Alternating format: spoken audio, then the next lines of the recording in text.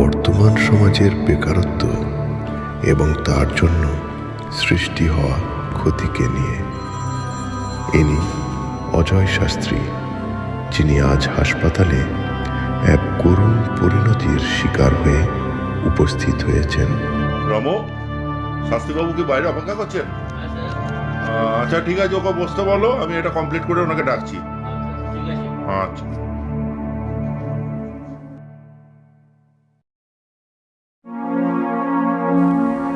ওনার এই উপস্থিতির কারণটা হয়তো ছিল ক্ষমতার সন্ধান।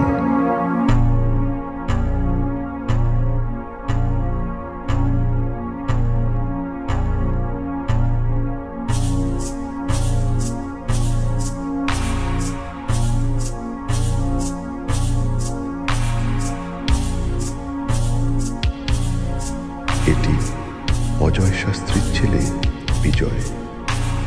বর্তমানে কোনো কর্মসংস্থান না হওয়ায় একটি বিশেষ কোম্পানির গোডাউনে কর্মরত।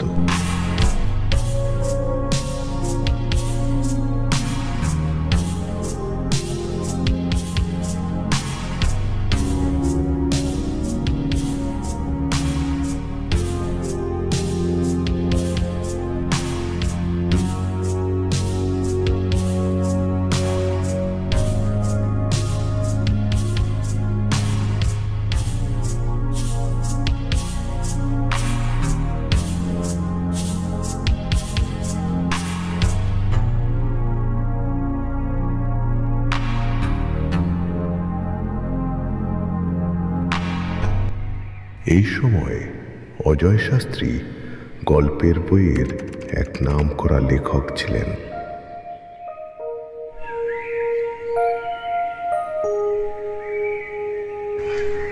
তা কোন কোম্পানিতে কাজ করছিস বললি না তো বাবা?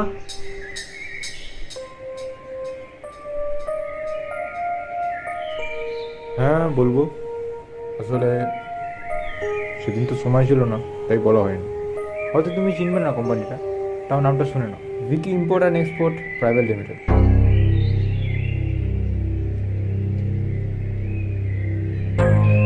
শোন, আমার মতে বলে তুই এই সংসার থেকে বেরিয়ে আস, নালে খুব বিপদে পড়ে যাবে। কেন বাবা? ব্যাস, তুই আগে যেখানে যাচ্ছিস যা, রাত্রে আয়, তারপরে এই বিষয়ে তোকে আমি বিশদভাবে বুঝিয়ে দেবো।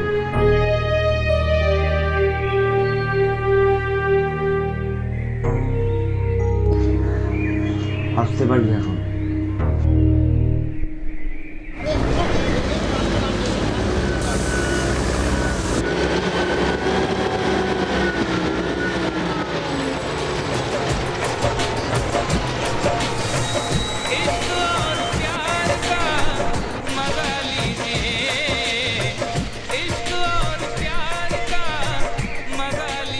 মিস্টার গোবিন্দ ভট্টাচার্য, বিজয়, বলো কি ব্যাপার, কি বলো।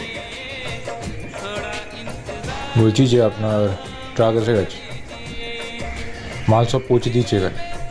আরে এটা তো খুব সুন্দর হয়েছে, খুব ভালো হয়েছে, খুব ভালো হয়েছে। আর আপনি এখনো 4 মাসের পয়সা পে করেননি আমাদের কোম্পানিকে। পয়সাটা পে করুন। আরে তুমি টাকার জন্য এত চিন্তা করছো কেন? আমি তো টাকা দিয়ে দেবো, 4 মাস হোক, 5 মাস হোক, 1 বছর হোক, আমি টাকা দিয়ে দেবো। তোমার টাকা নিয়ে চিন্তা করতে হবে না। তবে আজ আমি দিতে পারবো না, এই বিষয়ে আমি তোমাকে একদম খাঁটি সত্যি কথা বলে দিলাম। আরও কয়েকদিন অপেক্ষা করো। আপনি যদি এরকম করেন তাহলে আমাদের কোম্পানি ডকে উঠবে, আর আমরা বাধ্য হবো আপনাকে মাল সাপ্লাই করা বন্ধ করতে। আচ্ছা বিজয়, একটা কথা বলি তোকে, তোর ভিকি বাপ তোকে একটা পয়সা দেয় না, আমি তোকে পয়সা দিব কেন? দেখুন, ভিকি ভাই আবার বস হন, আপনি মুখটা সামনে কথা বলুন। তোকে গোপনে একটা কথা বলি, তোর কত টাকা লাগবে তুই আমাকে বল, আমি তোকে তোর ভিকির চেয়ে বেশি টাকা দেবো। তুই শুধু আমার কাছে এসে কাজ কর, পারলে ভিকিকে পৃথিবী থেকে সরিয়ে দেয়। মাইন্ড ওর ল্যাঙ্গুয়েজ। আরে তার তরিকা তোর মাইন্ড ইউর ল্যাঙ্গুয়েজ, এটা তোর টাকা নিয়ে যা।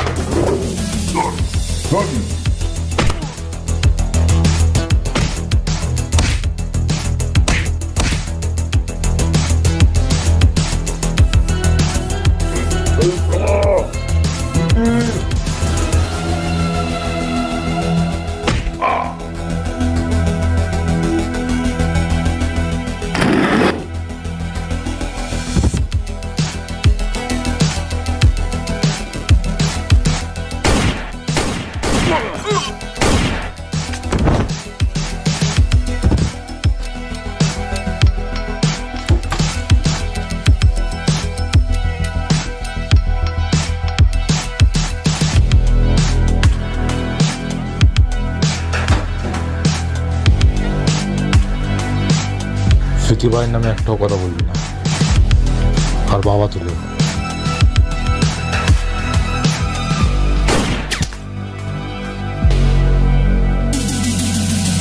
এটা ওয়ার্নিং।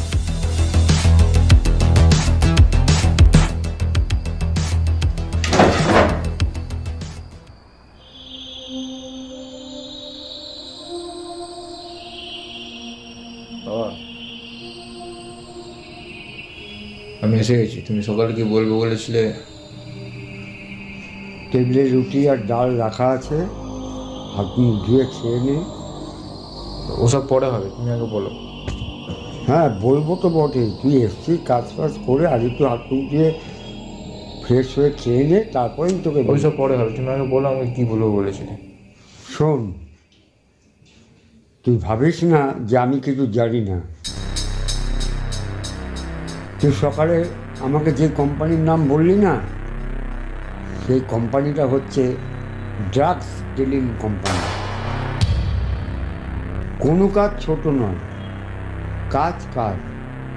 তবে কি আমার একটাই আপত্তি, কোনো বেআইনি কাজে তুই যুক্ত হোস না। দেখো বাবা, আমি কিন্তু কারোর কথায় এই চাকরিটা ছাড়তে পারবো না। কারোর কথা কি আবার? আমি তোর বাবা হয়ে আমি বলছি তুই এই কাজটা ছেড়ে দে। তুমি হয়তো শোনোনি, আমি কিন্তু কারোর কথায় চাকরিটা ছাড়তে পারবো না, এমনকি তোমারও।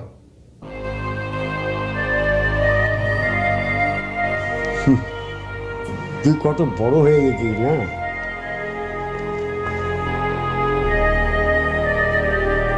মা নেই, সেই ছোটবেলা থেকে তোকেই আমি কোলে পুজো করে মানুষ করেছি। আমাকে বলছিস, এমনকি তোমার কথাতেও আমি কাজ ছাড়তে পারবো না। বুঝিনি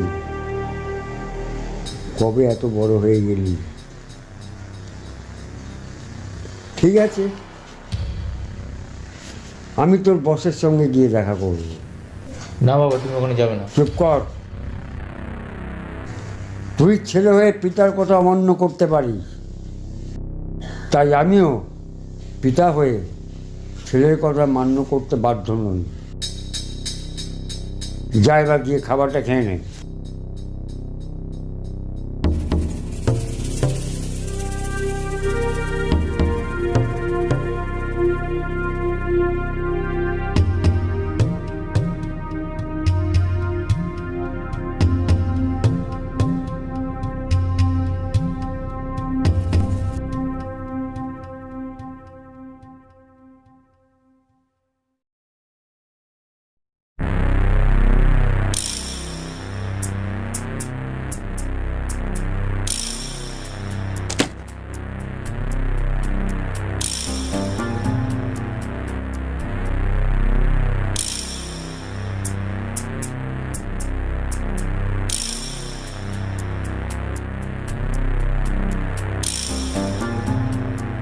বিজয়,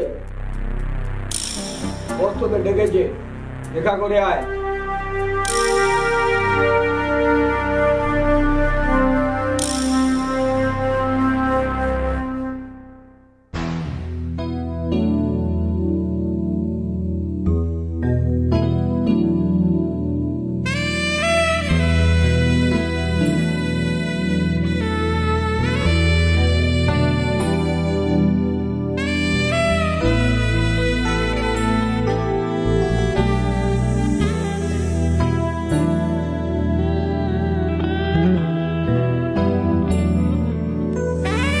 স্যার আমার ডেকেছিলেন? বিজয়, বস এখানে।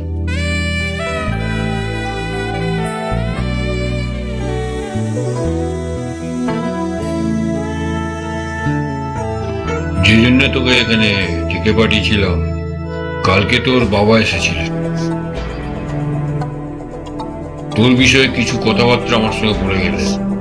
ওনার বক্তব্য হচ্ছে তোকে এখান থেকে কাজ ছেড়ে চলে যেতে হবে। তোর হাতে এখনো যা সময় আছে, আমি তোকে পার্সোনালি যেটা বলতে চাই, তোর বাবার মুখের দিকে তাকিয়ে তুই ইচ্ছা করলে এই কাজ থেকে নিজেকে সরিয়ে নিতে পারিস। দেখুন স্যার, বাবা যাই বলুন, বাবা যেমন নিজের অবলম্বনে দাঁড়িয়েছে, আমিও তেমন নিজের অবলম্বনেই দাঁড়াতে চাই। তাই এই কাজ আমি ছাড়তে পারবো।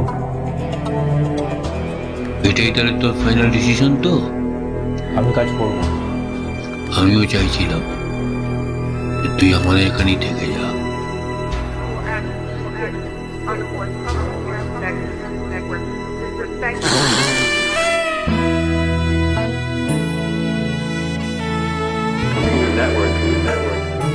বিজয়, সামনে বিধানসভা নির্বাচন। এই প্রথম আমি বিধানসভা নির্বাচনের টিকিট পেয়েছি, বিশেষ একটি রাজনৈতিক দলের হয়ে। তাই আপাতত আমি আমার এই বিজনেস থেকে নিজেকে সরিয়ে নেব। তুই আর বিক্রম মিলে এই পরবর্তী বিজনেসের ডিলিংটা তোরা দুজনে মিলে সামলাবি, যতদিন না বিধানসভা নির্বাচন শেষ হয়, যতদিন না ফলাফল না ঘোষণা হয়। এই কাজটা যদি তোরা ঠিকমতো তুই অন্তত যদি করতে পারিস, তাহলে তোকে আমি অনেক উপর লেভেলে নিয়ে যাব। সে বিষয়ে তোকে ভাবতে হবে না। এবার তুই যেতে পারিস।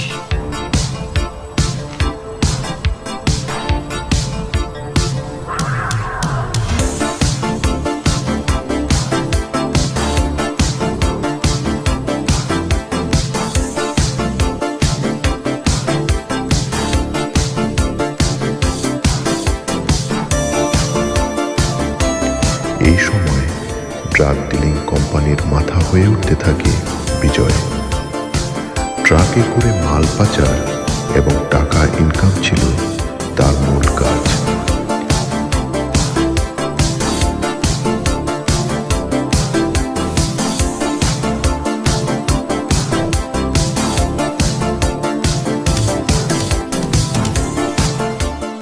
সমস্ত বেআইনি কাজ তার কাছে সহজ হয়ে ওঠে।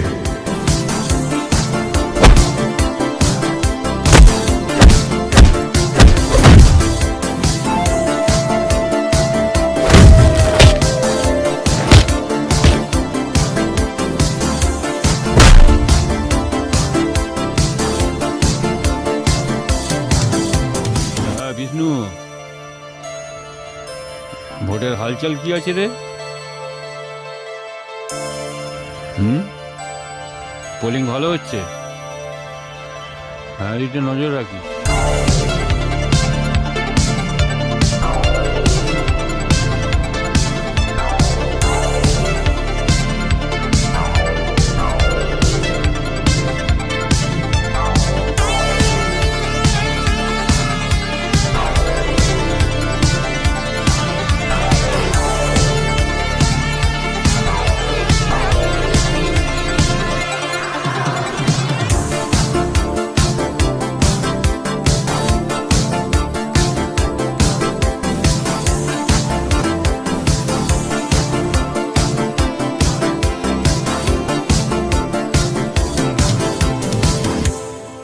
আজ বিধানসভায় দ্বিতীয় দফার ভোট।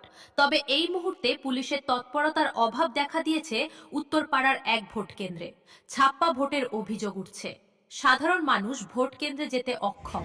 হ্যালো, উত্তরপাড়ার ডিউটি অফিসার কে রে? টিভিতে তো ডাইরেক্ট দেখাচ্ছে ওখানে ছাপ্পা হচ্ছে। আমি কি করছি? কি কাজ করছে না কেন? টাকা লাগবে। ওকে বল, ওর বাপ আসছে, 1 ঘন্টার মধ্যে।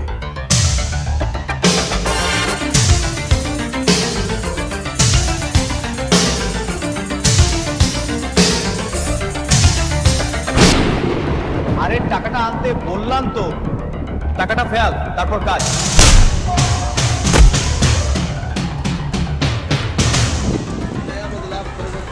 এই তোমরা তাড়াতাড়ি ডিউটি শুরু করো, চলে আসো। চলে আসো। এই মুহূর্তের বড় খবর, পুলিশি তৎপরতার জেরে ফের স্বাভাবিকভাবে ভোট শুরু উত্তরপাড়ায়। জনে জনে মানুষ আসছে সেখানে ভোট দান করতে। হ্যাঁ, আমি দাঁড়িয়ে আছি এখানে, আমার পকেটেই আছে মাল। আপনি পয়সা নিয়ে চলে আসুন।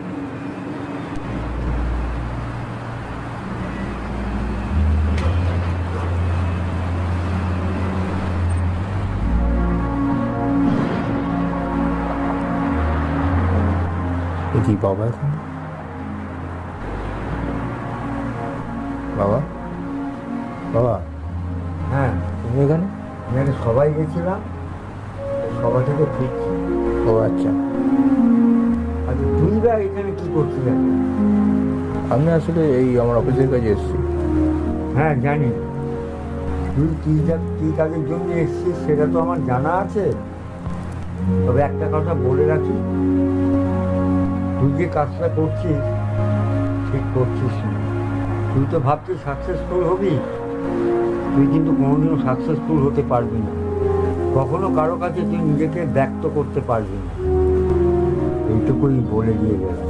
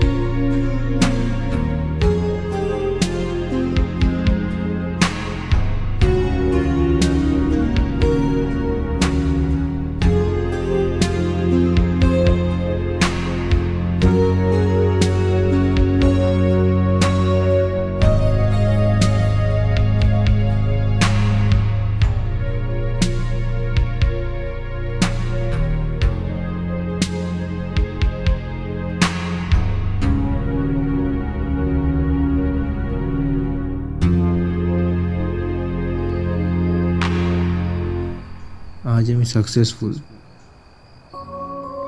কিন্তু হয়তো খুশি নই।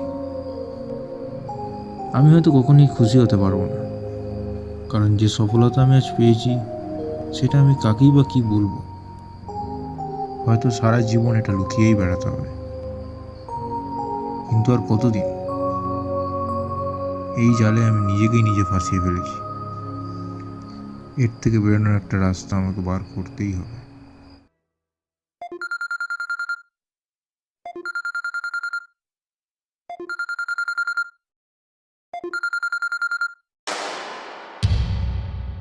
হ্যালো,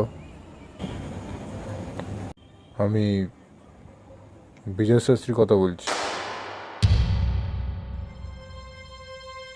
আমি ভিকি মালহোত্রার ব্যাপারে বেশ কিছু কথা আপনাকে জানাতে চাই। এই মুহূর্তের সবচেয়ে বড় খবর, বিধানসভার প্রার্থী ভিকি মালহোত্রার বাড়িতে সিবিআই এর হানা। কেস হাতে নিয়েছেন মিস্টার বিপ্লব বসু মল্লিক। জানা গেছে ড্রাগস পাচারকাণ্ডে যুক্ত তিনি, এমনটাই সন্দেহ করছেন সিবিআই।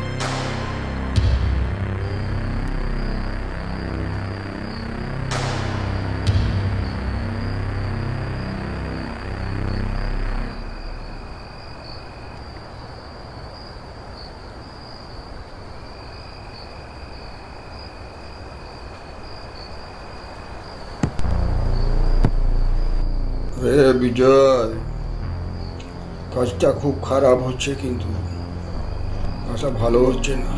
তুই বসের বিরুদ্ধে যা করছিস সেটা কিন্তু তোর দিকে চলে যাবে তীরটা। ঠিক ভুল ডেফিনেশন আমাকে দিও না। এই দুনিয়াতে পলিটিক্যাল পার্টি, অফিস, ফ্যামিলি, সমস্ত জায়গায় তুমি না বলতে পারবে না। তাদের হাতে হ্যাঁ মিলিয়ে চলতে হবে। যেদিন তুমি না বললে সেদিন তোমাকে তারা ছেড়ে ফেলে দেবে। এটাই চলছে আমাদের দেশে। একদিকে কিছু মানুষ খেতে পারছে না, আর অপর প্রান্তে কিছু মানুষ মিলিয়নস অফ ডলার্স খরচা করে মাদক কিনছে, ড্রাগস, কোকেন এসব সেবন করছে, যেগুলো বেআইনি, আর তাদেরকে আমরা সমর্থন করছি। তুমি কি মনে করো এগুলো success? Success coming first. Cool down, cool down.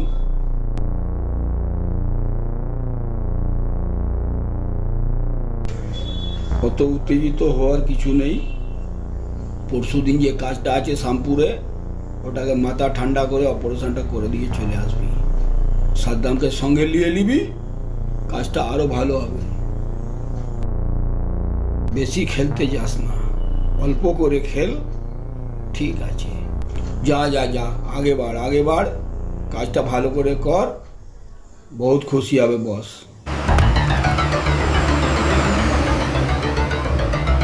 হ্যাঁ, কন্ট্রোল রুম, খবর আছে সম্পূর্ণ হাইওয়েতে একটা ড্রাগস ক্যারি ট্রাক ঢুকছে।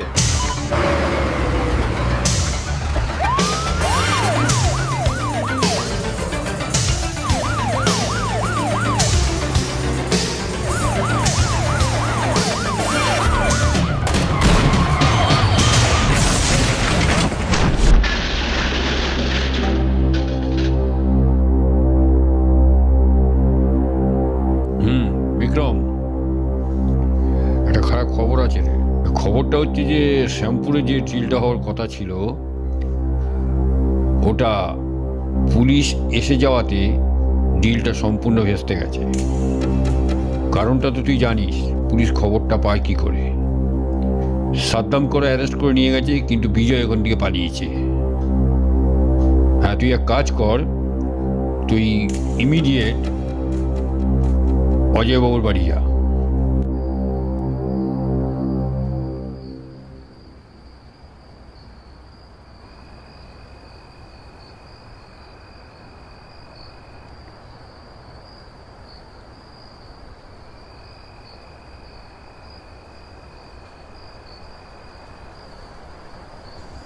বাবা, কি ব্যাপার, তুমি খাবার টাবার খাওনি আর রেখে রেখে বন্ধ করে এখানে মাথা নিচু করে আছে, কি ব্যাপার বাবা?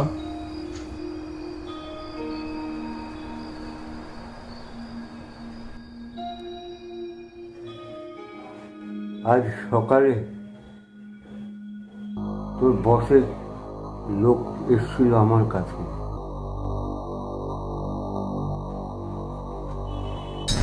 ও বিপ্লবী কাকু, নমস্কার নমস্কার, কেমন আছেন? একটা জরুরি কাজে আপনার কাছে এলাম। জরুরি কাজটা হলো যে আপনার ছেলেকে একটু কন্ট্রোল করতে হবে। আপনার ছেলে বহুত কন্ট্রোলের বাইরে চলে যাচ্ছে। দেখো, তোমরা যে বলছো, আগে বলো তো তোমরা কি ঠিক জায়গায় আছো? অনেক সহ্য করেছি।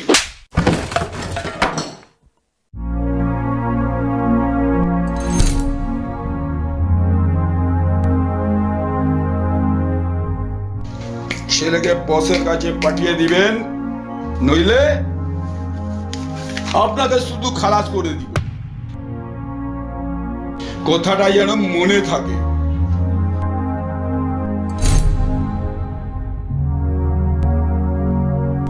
এত বছর ধরে আমি কাজ করে চলেছি, আজ পর্যন্ত কেউ আমার মুখের উপর কথা বলেনি। কিন্তু আজ কি হলো? সে তোর জন্য আমাকে মারও পর্যন্ত খেতে হলো। ধন্যবাদ।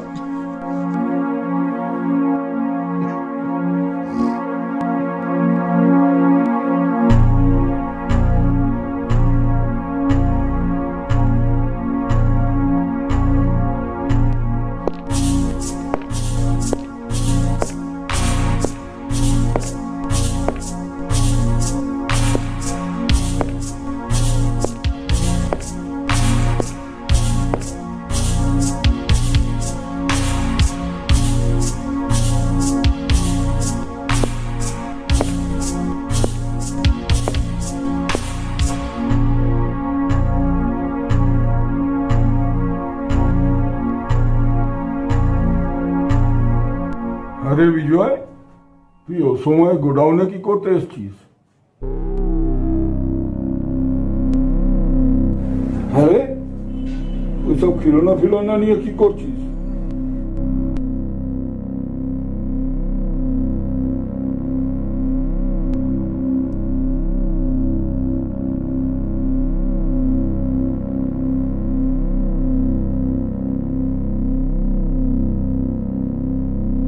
আরে বেটা, চুপ করে আছিস কেন? কিছু বলবি নাকি? আমার বাবাকে কেন মেরেছিস? সেটা কি তোকে কৈফিয়ত দিতে হবে?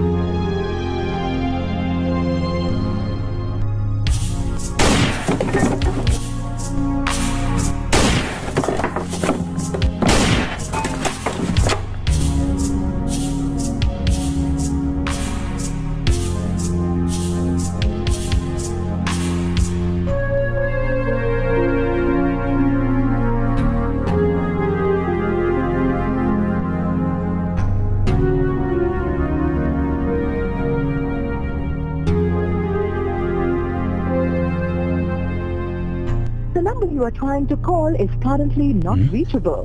Please try again later. Phone ধরছে না কেন?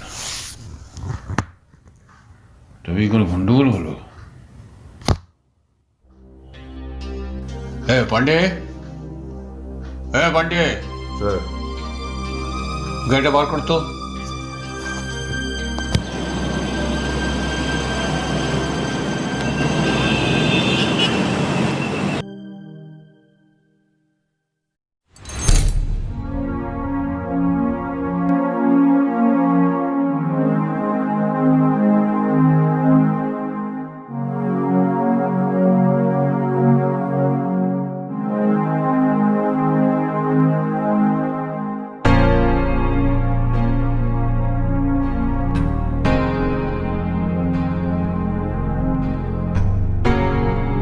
হ্যালো, ওসি সাহেব কেটে?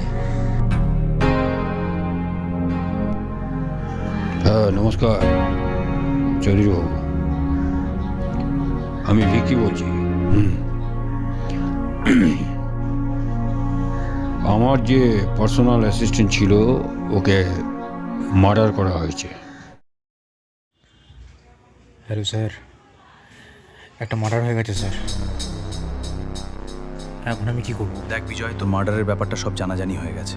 যাই হোক, তোকে অ্যারেস্ট করা হবে আর জেলের ভিতর আলাদা ঘরে তোকে বন্ধ রাখা হবে। ওখানে তোকে একটা বন্দুক আমি প্রোভাইড করে দেবো। এখন রাখ। ঠিক আছে।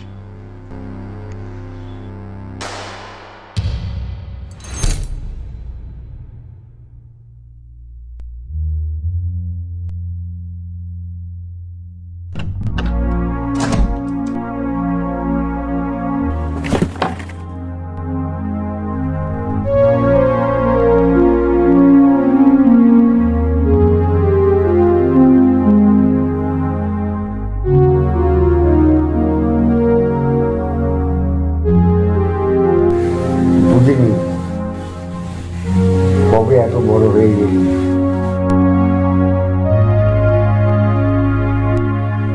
বাবার মুখের দিকে তাকিয়ে ইচ্ছা করলে কাছ থেকে নিজেকে সরিয়ে নিতে পারিস।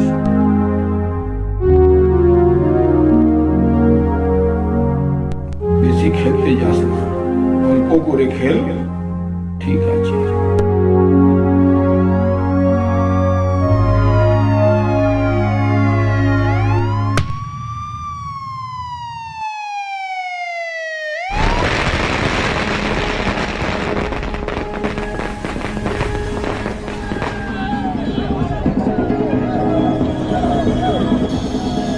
পান্ডে,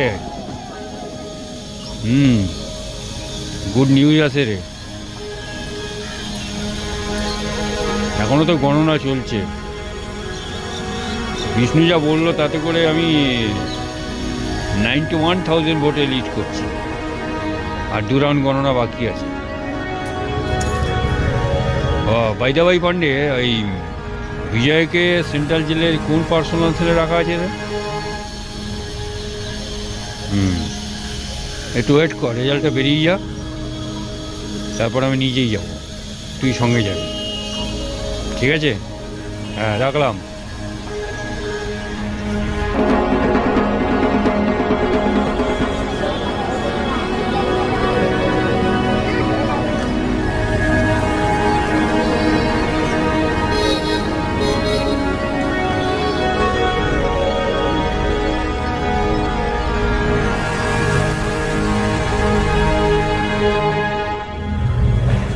পান্ডে, সেটা খুলতে বল। তুই বাইরেই থাকবি, হ্যাঁ? দরজাটা বাইরে বন্ধ করবি।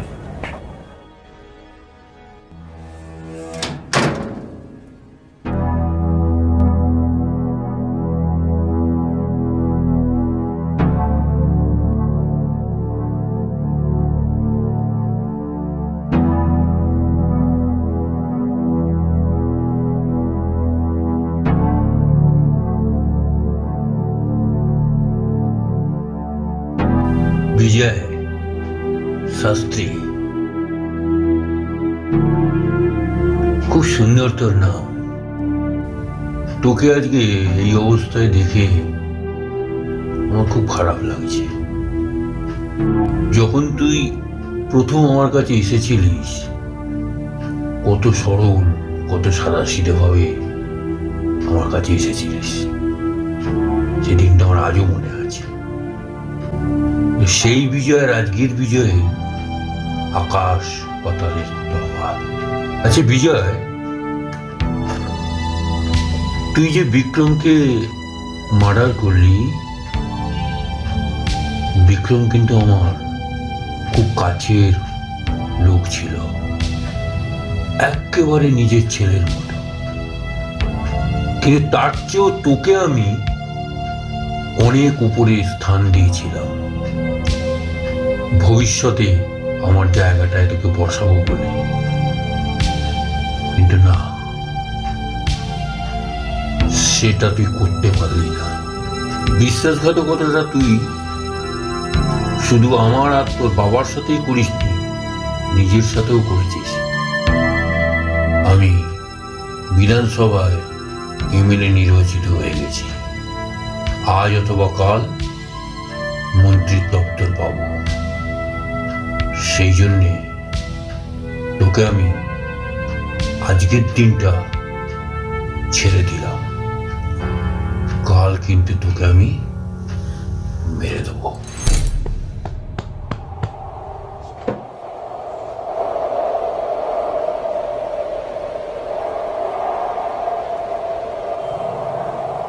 দিদি ভাই,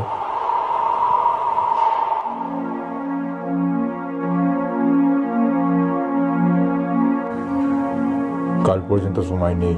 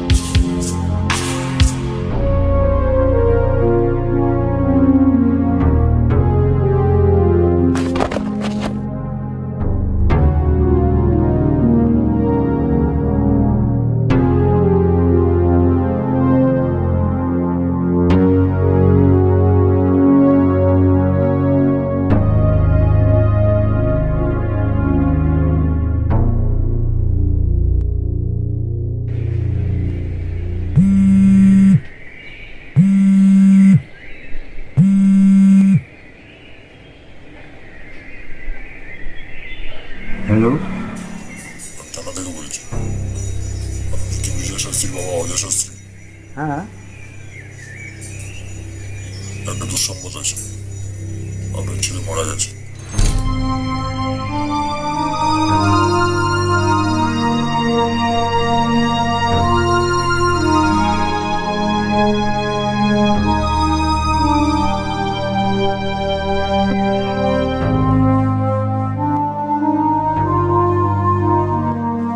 অজয় শাস্ত্রী, অজয় শাস্ত্রী কে আছেন? আপনি আছেন? হ্যাঁ, আপনাকে ভিতরে ডাকছি।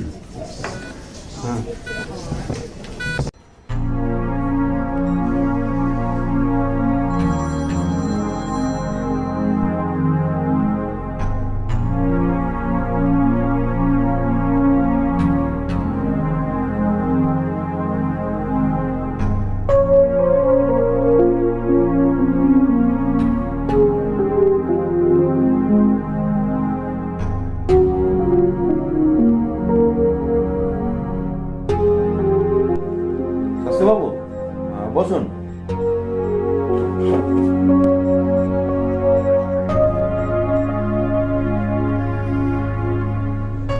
আপনার ছেলের পোস্টমর্টম রিপোর্টটা দেখলাম, খুবই প্যাথেটিক, খারাপ লাগছে, কিন্তু কিছু করার নেই, এটাই তো বাস্তব, মেনে নিতেই হবে, কিছু করার নেই। এটা এত কম বয়সে এরমভাবে মৃত্যু মানা যায় না।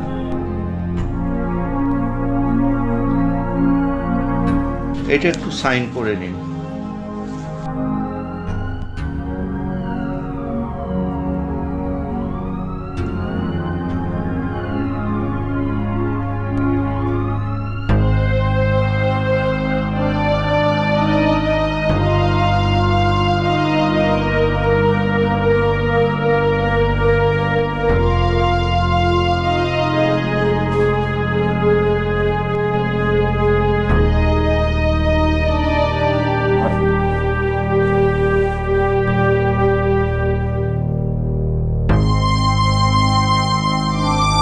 হ্যাঁ, হ্যাঁ, আসুন ডাক্তারবাবু,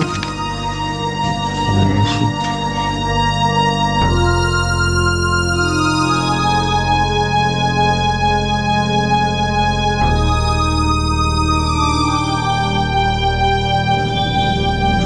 শাস্ত্রীবাবু,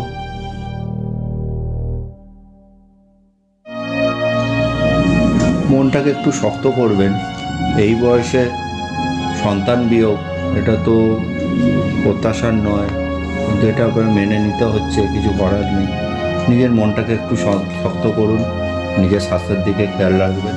ডাক্তার হিসেবে আমার আর কিছু বলার নেই, এটাই বাস্তব, সবাইকে মেনে নিতে হবে এটাই।